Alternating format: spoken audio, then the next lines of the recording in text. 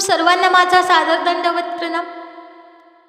श्रोते हो, आपण मार्गशीर्ष महिन्यानिमित्त श्री दत्तात्रय प्रभूंच्या लीळेचं चिंतन आपण या ईशप्राप्ती स्पीच यूट्यूब चॅनलच्या माध्यमातून श्रवण करत आहोत।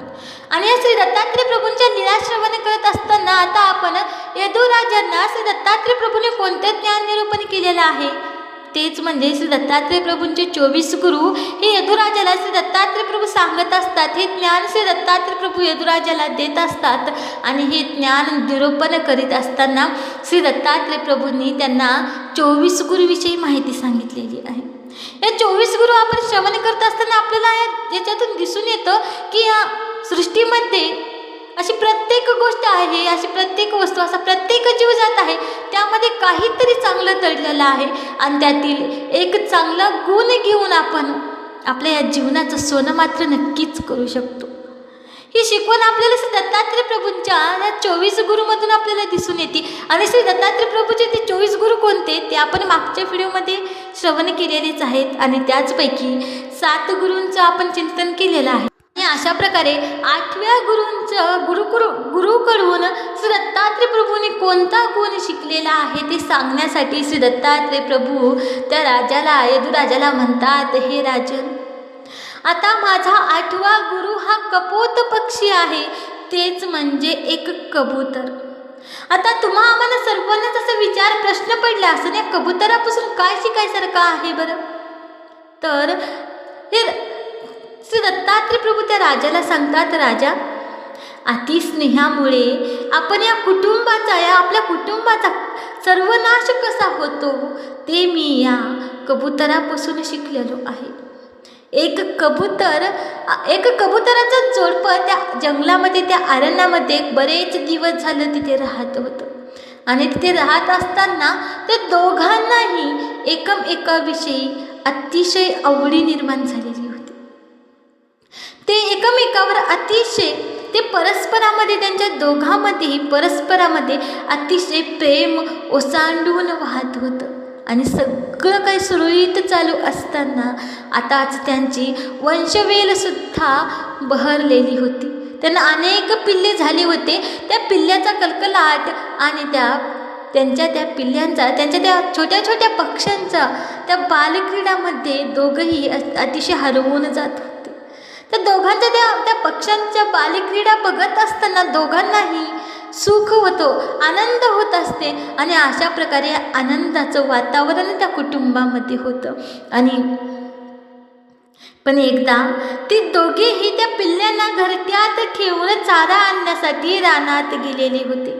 तितक्यात ते जाळे पसरीत एक पारधी तिथे आला। ते पारधी तिथे आला आणि त्या पिल्ल्याच्या, त्या पक्ष्यांच्या, त्या कबुतरांच्या त्या पिल्ल्यांना आता तिथे जाळं टाकण्यात आलेलं होतं आणि त्या जाळं टाकतावी त्या शिकाऱ्याला, त्या पारध्याला ते असं पंख फडफडवीत असणारे, एकमेकाला कुरवळणारे ते कबुतराचे पिल्ले त्यांना दिसले आणि त्यांना चाहूल लागू न देता हळूच जाऊन त्यांनी ते जाळे टाकलेले होते।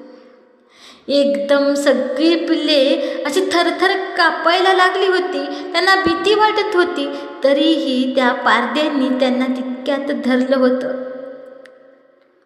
आणि तितक्यातच ते जे रानामध्ये हे दोघंजण गेलेले होते ते तिथून ते चारा आणण्यासाठी गेलेले होते, ते घेऊन ते परत आलेले होते। पण आपल्या पिल्ल्यांची अशी दशा बघितली, आपली पिल्ले दुसऱ्यांच्या तावडीत आहेत, त्यांचा जीव धोक्यात आहे, असा स्नेह आता या कोपतिनीला झालेला होता। पण आता काय करावं, आपल्या पिल्ल्यांना तर वाचवायचंच आहे असं म्हणून ती एका क्षणाचाही विचार न करता पिल्ल्यांना सोडवण्यासाठी तिथे धाव घेते आणि आपला जीव गमवून बसते।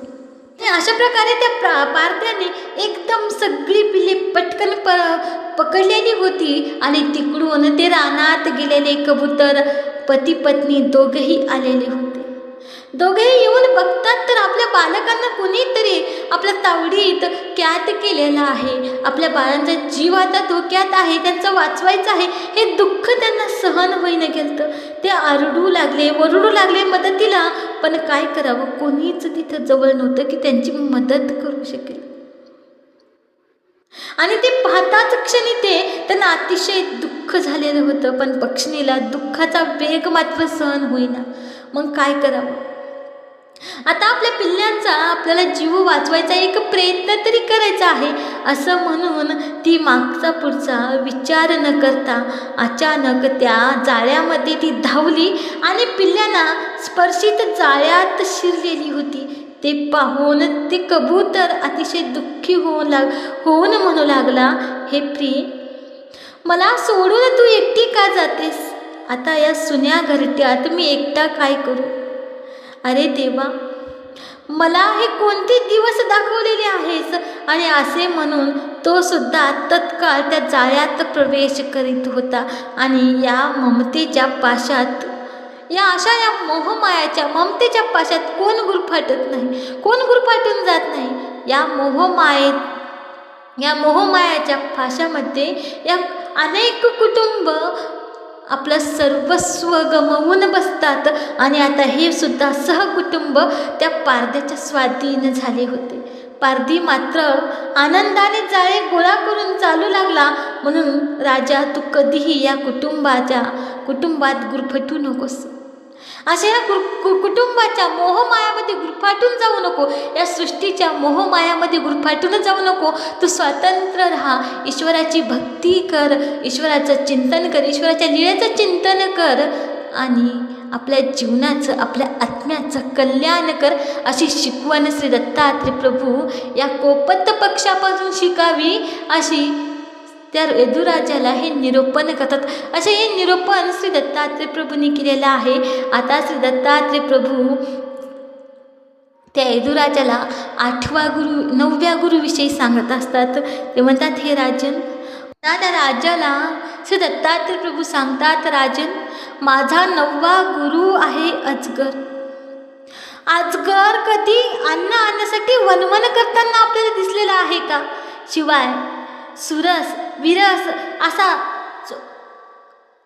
असा चोखंदळपणा करताना त्याला कधीही पाहिलं आहेस काय? तो कसा अगदी निश्चितपणे पडून राहून दैवयोगाने मिळेल त्या खाद्यावर ताव मारतो, तसेच यतीने देखील सहज मिळेल ते आणि तसे सेवन करून आपला उदरनिर्वाह करावा. असा गुण मी त्या अजगरापासून शिकलेलो आहे.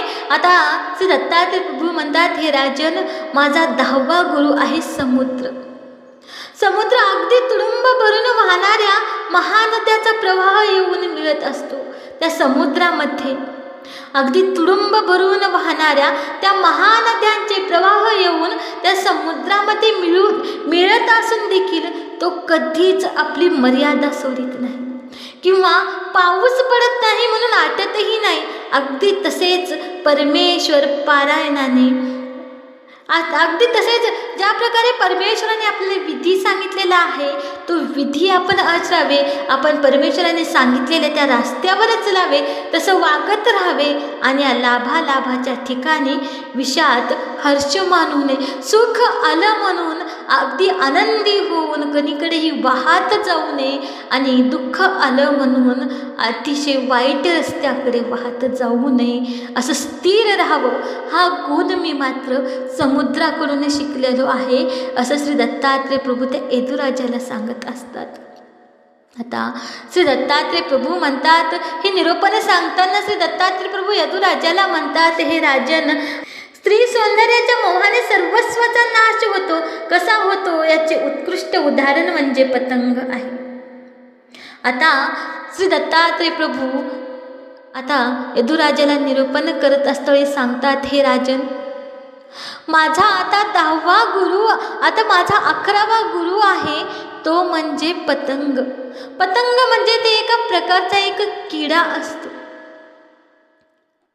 ते पतंग कसा, त्या पतंगाकडून, या किड्याकडून आता श्री दत्तात्रय प्रभू कोणता गुण शिकावा असे आपल्या त्या यदुराजाला निरूपण केलेलं आहे, ते आपण बघूया.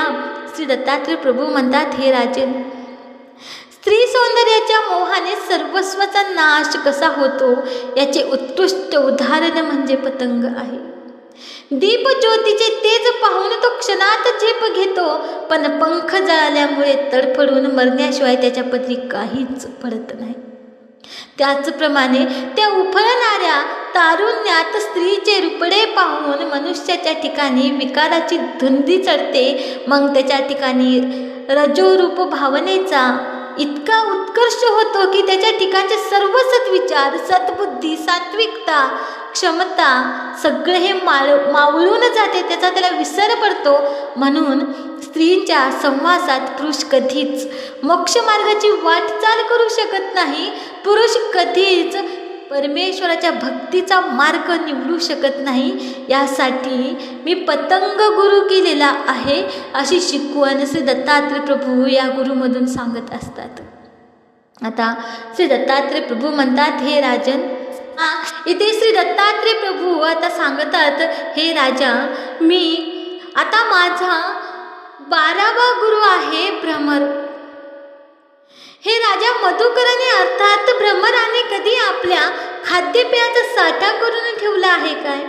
राजा, तो तसा लहान मोठे न निवडता मिळेल त्या फुलापासून कणाकणाने आवश्यक तेवढेच आपले अन्न मिळवतो.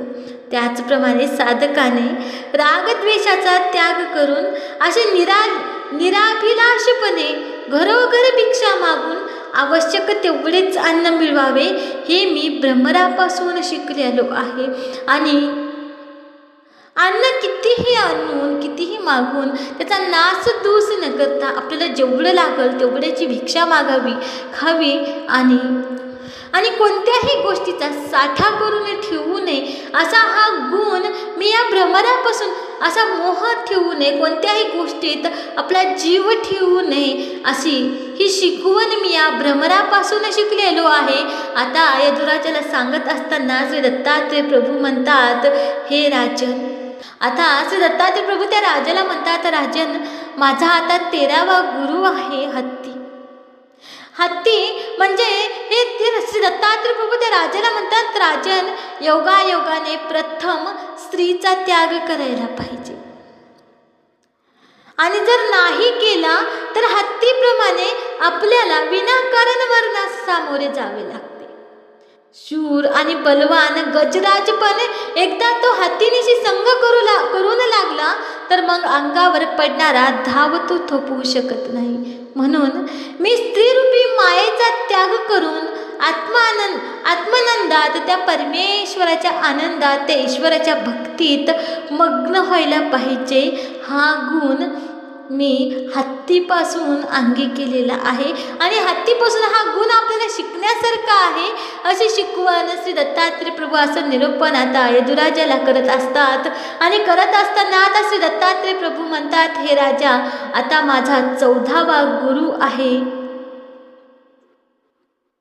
मधमाशी. आता श्री दत्तात्रय प्रभू म्हणतात, हे राजन, संग्रहामुळे शरीरासहित सर्वस्वाचा नाश कसा होतो हे मी या मधमाशीपासून शिकलेलो आहे आणि या मधमाशीपासून आपण शिकायला पाहिजे. अतिशय परिश्रम करून बिचाऱ्या कणाकणाने मध मिळवतात, मग त्यांचा साठा करून ठेवतात, पण त्यांचा त्या बिचाऱ्यांना उपयोग मात्र काहीच होत नाही.